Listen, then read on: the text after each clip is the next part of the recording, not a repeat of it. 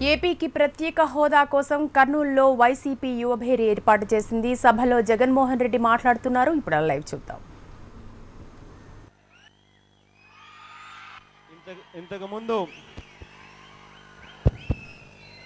ఇంతకుముందు మనం చూసింది ప్రత్యేక హోదా మీద ఎన్నికల సమయంలో ఎన్నికల్లో ఓట్లు సంపాదించుకునే దానికోసం ఏ రకంగా రాజకీయ నాయకులు ప్రజలను మోసం చేసిన కార్యక్రమాలు మనం చూసాం.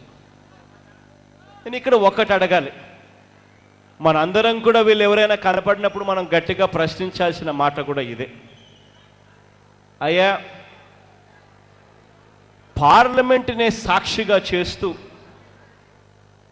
ఆ రోజు ఇచ్చిన మాటను మీరు గాలి కొదిలేస్తే ఇక మేము ఎవరిని నమ్మాలయ్యా అని చెప్పి గట్టిగా నిలదీయాల్సిన అవసరం కూడా ఉంది ఇటువంటి నాయకులను. నిజంగా ఎన్నికలకు ముందు ఒక మాటను మాట్లాడి ఎన్నికలు అయిపోయిన తర్వాత ప్రజలను మోసం చేసే అధికారం వాళ్ళకుంటే అయినా వాళ్ళని ఎవరూ కూడా ఏమీ అనలేని పరిస్థితిలో ఈ వ్యవస్థ ఉంటే ఇక నిజంగా ఈ వ్యవస్థలో రాజకీయ నాయకులను ఎవరైనా నమ్మే పరిస్థితి ఎక్కడైనా ఉంటుందా అని చెప్పి నేను అడుగుతా ఉన్నా. బాధ అనిపిస్తుంది ఇటువంటి పరిస్థితి చూసినప్పుడు, ఇటువంటి వ్యవస్థ చూసినప్పుడు. రాజకీయాలలో విశ్వసనీయత అన్న పదానికి అర్థం తెలియని వ్యక్తులు ఇలాంటి వాళ్ళు ఉన్నప్పుడే నిజంగా రాష్ట్రం ఎక్కడికి పోతుందో, దేశం ఎక్కడికి పోతుందో కూడా అర్థం కాని పరిస్థితిలోకి మనం అంతా కూడా పోతాం.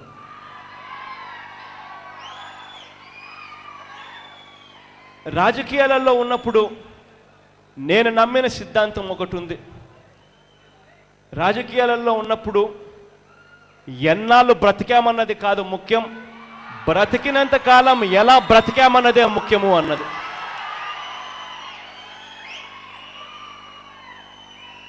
రాజకీయాలలో ఉన్నప్పుడు ఫలాని వాడు మా నాయకుడు అని ప్రతి కార్యకర్త కూడా కాలర్ ఎగరేసుకొని చెప్పే పరిస్థితిలోకి వచ్చినప్పుడే నాయకత్వం మీద విశ్వసనీయత ఉంటుంది. అసలు ఇటువంటి నాయకులను మనం చూసినప్పుడు ఎన్నికలకు ముందు మాటలు చెప్తారు, ఎన్నికలు అయిపోయిన తర్వాత మోసం చేస్తారు. మోసం చేసినా కూడా వీళ్ళను కాలర్ పట్టుకొని అడిగే పరిస్థితి లేని ప్రజాస్వామ్యంలో మనం ఉన్నామనంటేనే సిగ్గుతో తలంచుకోవాలి. ఇవాళ ఈ మాటలన్నీ కూడా ఎందుకు చెప్పాల్సి వస్తూ ఉంది అంటే కారణం ఆ రోజు వీళ్ళ నోట్లో నుంచి వచ్చిన మాటలే 5 ఏళ్ళు కాదు, పరిశ్రమలు పెట్టడానికే 3 ఏళ్ళు పడుతుంది, 10 ఏళ్ళు కావాలి అని ఒకరు, 10 ఏళ్ళు కాదు 15 సంవత్సరాలు కావాలి అని మరొకరు, పరిశ్రమలు పెట్టడానికే 3 సంవత్సరాలు పడుతుంది కాబట్టి అని చెప్పి అన్న మాటలు మనమే విన్నాం. ఇవాళ వీళ్ళందరూ కూడా ఆ రోజు ఇచ్చిన మాటల్లో చంద్రబాబు నాయుడు గారు ఇంకా ఒక్కడుగు ముందుకేశాడు. ఆ రోజు ఇచ్చిన ఆయన మాటల్లో ప్రత్యేక హోదా అన్నది ఒకటే కాదు, ఒక్కడుగు ముందుకేసి చంద్రబాబు నాయుడు గారు ఆ రోజు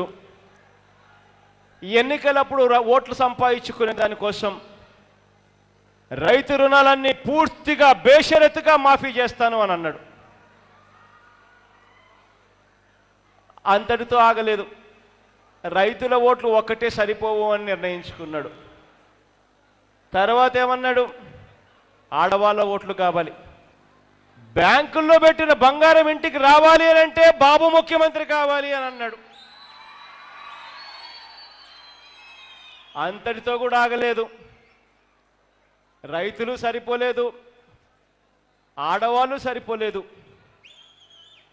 బీదవాళ్ళ మీద పడ్డాడు. డ్వాక్రా అక్క చెల్లెమ్మలు పాపం బీదవాళ్ళ మీద పడ్డాడు. డ్వాక్రా అక్క చెల్లెమ్మల రుణాలు పూర్తిగా బేషరతుగా మాఫీ కావాలంటే బాబు ముఖ్యమంత్రి కావాలి అని అన్నాడు. అంతటితో ఆగిపోలేదు, రైతులు అయిపోయారు,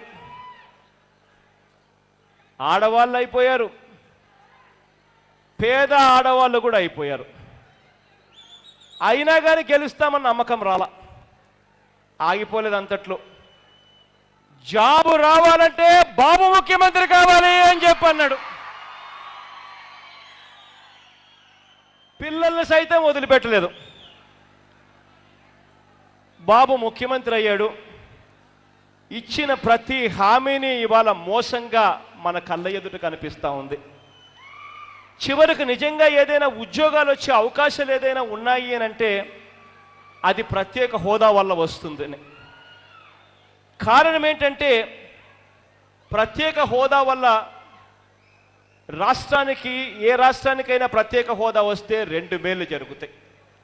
ఒకటి గవర్నమెంట్కి సంబంధించిన మేలు.